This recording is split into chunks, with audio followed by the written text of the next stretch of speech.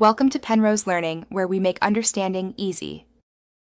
In this video, I will explain how to make realistic mousse cake.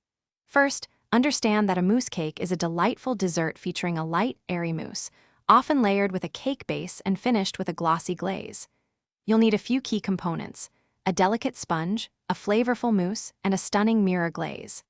Essential tools like silicone molds, an immersion blender, and a digital thermometer are crucial for achieving professional results.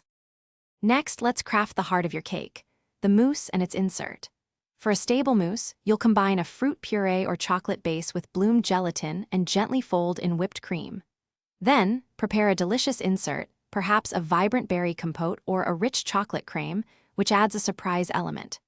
Carefully assemble by pouring a layer of mousse into your silicone mold, placing the frozen insert, and then adding more mousse before topping with your sponge cake.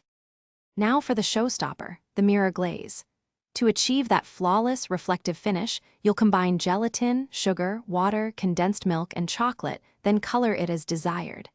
Ensure your glaze is at the correct temperature, typically around 90 to 95 degrees Fahrenheit, before pouring it over your perfectly frozen mousse cake. Apply it smoothly and evenly, allowing excess to drip off. Finally, decorate with fresh berries, chocolate curls, or edible gold leaf for a truly stunning presentation. To ensure your mousse cake is a masterpiece, remember these pro tips. Chilling time is absolutely crucial. Allow at least 6 to 8 hours, or even overnight, for the mousse to set perfectly. Proper storage in an airtight container in the refrigerator will keep your cake fresh and delicious for 3 to 4 days.